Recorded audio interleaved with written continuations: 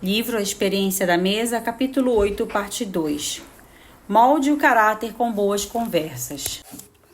Uma maneira de incentivar o diálogo à mesa com sua família é escolher um tema para cada refeição. Por exemplo, segunda-feira, conversem sobre comida, sua origem, como é cultivada, seu valor nutricional.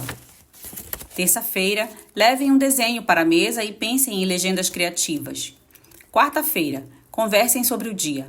Quinta-feira, qual pessoa famosa você gostaria de convidar para jantar e por quê?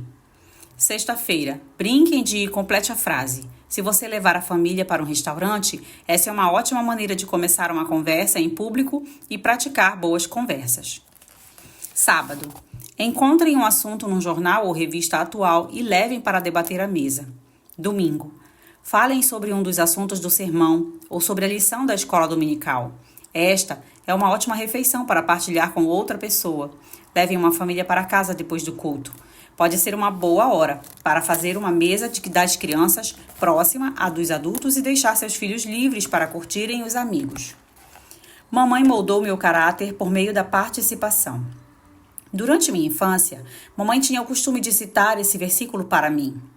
A mulher sábia edifica a sua casa, mas com as próprias mãos a insensata derruba a sua. Provérbios 14, 1. Esse provérbio explica a importância da sabedoria para moldar a vida daqueles que moram em nosso lar. Mamãe é uma mulher sábia de verdade.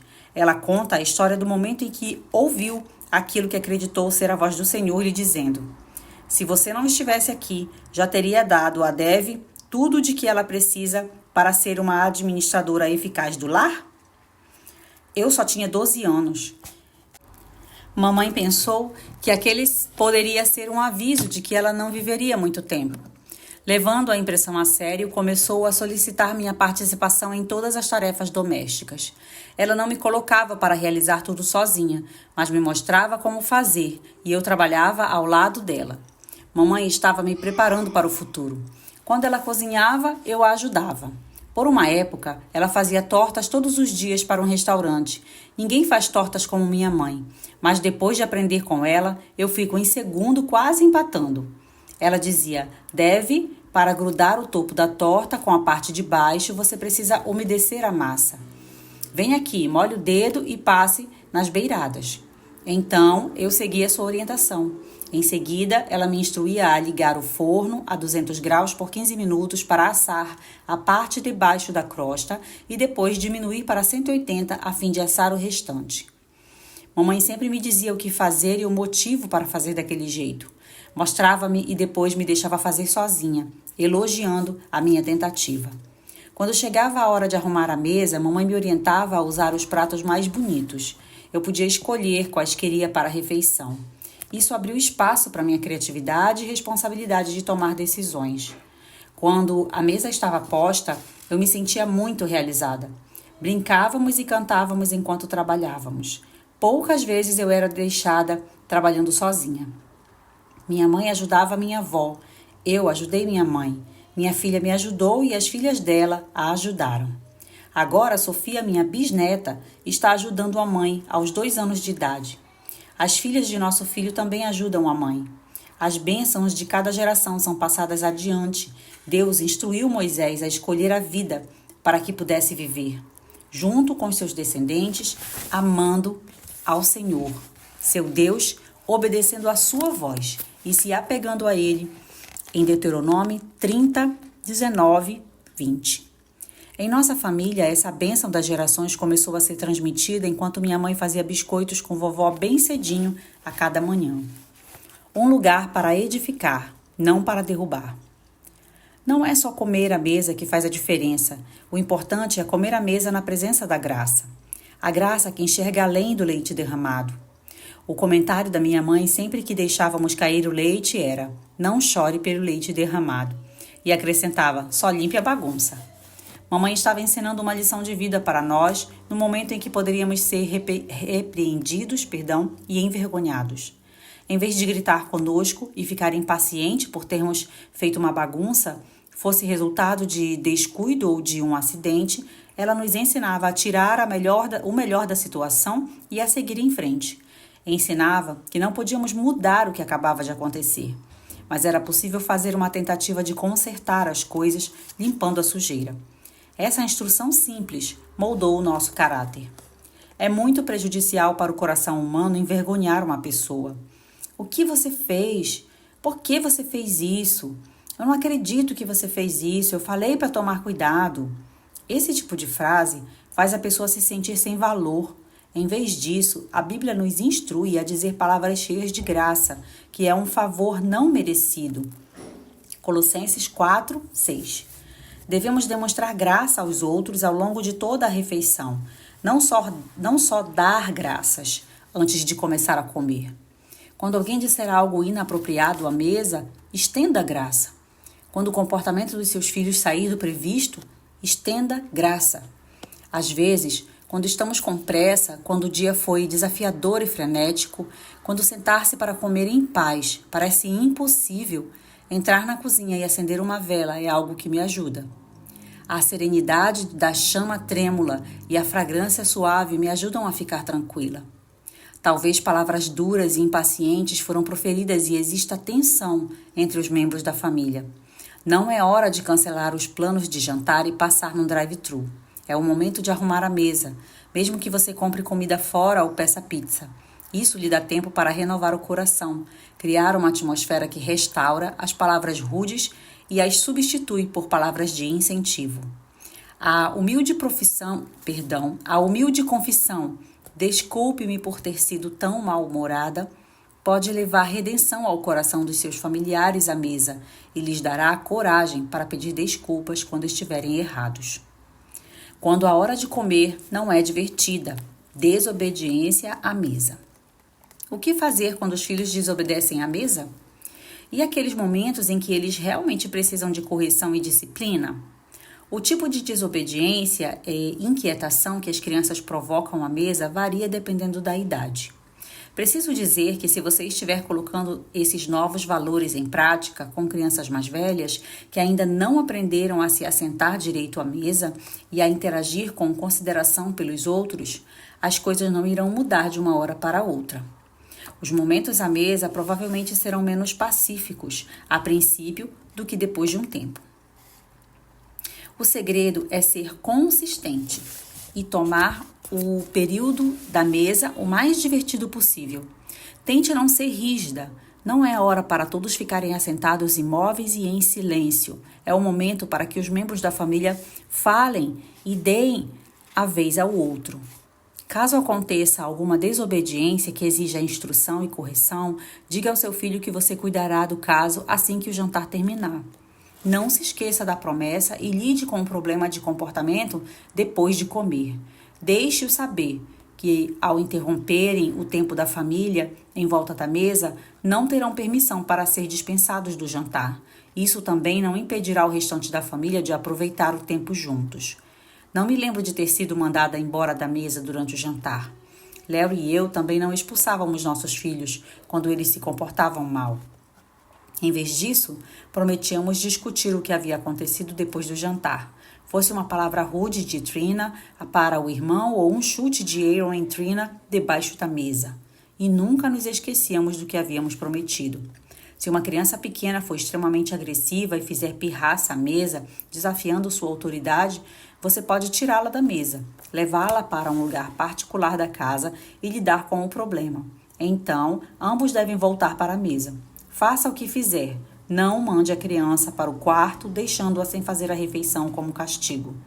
Não use a mesa como um lugar que os filhos associem com punição.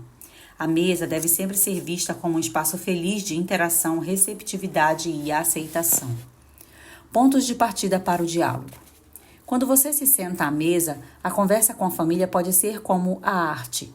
Você inicia com uma tela em branco e uma pincelada leva a outra. Às vezes, o artista sabe como quer que o quadro fique e, em outras ocasiões, a pintura evolui para algo inesperado. É possível aprender uma boa habilidade de conversar, mas poucos a temos. Sim, algumas pessoas são naturalmente extrovertidas e tagarelas, mas isso não quer dizer que sabem incentivar os outros a conversar com elas. Conversar à mesa pode ser uma ótima maneira de penetrar mais fundo nos pensamentos, nas experiências e nas opiniões da outra pessoa, ou apenas falar dos acontecimentos do dia. O que não devemos fazer à mesa é legislar e controlar cada minuto da conversa, impedindo a espontaneidade. Em alguns aspectos, é como um exercício de equilíbrio. Assim como o artista pintando a tela, algumas vezes pinceladas são detalhadas e precisas, com cores concentradas. Já outras são feitas à mão livre, por acaso, criando nuances de tom pastel. A boa capacidade de comunicação é importante em todos os aspectos das nossas experiências diárias. Há pouco tempo, um casal saiu para jantar com o chefe do marido e a esposa dele. A mulher conhecera casualmente o patrão, mas não a esposa. Ciente de que as duas famílias tinham valores cristãos, logo depois de se sentaram e fizeram um pedido, ela disse: "Conte-me sobre sua história de salvação." Uau, que ótimo ponto de partida para um diálogo! A conversa revelou o estilo de vida antes do compromisso com Cristo, os acontecimentos que levaram à entrega da vida a Jesus e a gratidão profunda pela caminhada diária ao lado de Jesus e por suas bênçãos nos negócios. Não foi uma conversa esquisita, mas sim edificante. E os 4 passaram a se conhecer de maneira mais profunda do que se nenhuma pergunta houvesse sido feita. Criei uma lista de bons pontos de partida para diálogo a fim de levá-la a pensar sobre maneiras criativas e discretas de iniciar conversas que geram reações interessantes à mesa. Não anuncie o que você fará, apenas faça a pergunta interessante e veja como as coisas evoluem. Tente fazer outra pergunta mais tarde, caso as pessoas à mesa pareçam desconectadas. Não haja de maneira forçada, seja intencional em ajudar seus filhos ou amigos a desenvolverem a habilidade de conversar. Tente alguns dos pontos de partida para o diálogo abaixo e depois invente os próprios. Lembre-se de que não é o momento de ensinar, mas sim de conversar. Faça perguntas apropriadas à idade dos que estiverem à mesa. Você pode pedir a seus filhos que façam uma pergunta para a família, deixando-os tomar a iniciativa do diálogo. Você pode se surpreender com o tipo de pintura que eles criarão na tela das conversas à mesa. Número 1. Qual é o seu maior sonho? Número 2. Qual é o seu maior medo? Número 3. O que significa ser popular para você? 4. O que faz você sorrir? Número 5. Que erro lhe ensinou a maior lição? Número 6. Qual foi o dia mais feliz da sua vida? 7. Como você acha que o céu será? Número 8. Como você definiria a palavra rico? Número 9. Como você se sentiria se alguém fizesse uma festa surpresa para você? Número 10. O que você gosta de fazer em seu tempo livre? Número 11. Como Deus tem demonstrado amor por você? Número 12. Fale sobre seu professor preferido. 13. Conte uma história sobre um dos seus avós. 14. Conte-me sobre sua experiência de salvação. 15. Qual é a sua memória preferida ligada à igreja? 16. Defina sucesso. 17. Fale de uma ocasião em que você ficou bravo. 18. Quem é Deus para você? 19. Qual é a primeira coisa que você faria se ganhasse R$1.000? 20. Se você pudesse mudar de nome, qual escolheria? Passe as bênçãos, por favor. Deuteronômio 7:9 diz: Saibam, portanto, que o Senhor, o seu Deus, é Deus. Ele é o Deus fiel, que mantém a aliança e a bondade por 1000 gerações daqueles que o amam e obedecem aos seus mandamentos. É maravilhoso saber que Deus prometeu passar as bênçãos para a nossa próxima geração. Talvez você seja a primeira geração de cristãos da sua família. Se esse for o caso, você tem a oportunidade de criar novas práticas e tradições familiares que incentivarão a próxima geração a se unir a você no amor sincero a Deus. Seu amor por Ele será passado adiante. É possível que você seja como eu e tenha o privilégio de andar na verdade e no caráter piedoso que lhe foi transmitido por gerações passadas que amavam a Deus de todo o coração e a educaram dessa forma. Eu não quero ser a geração que deixa de passar a bênção por viver de maneira descuidada. Ao arrumar a mesa e falar sobre os caminhos de Deus, não pregar sobre isso.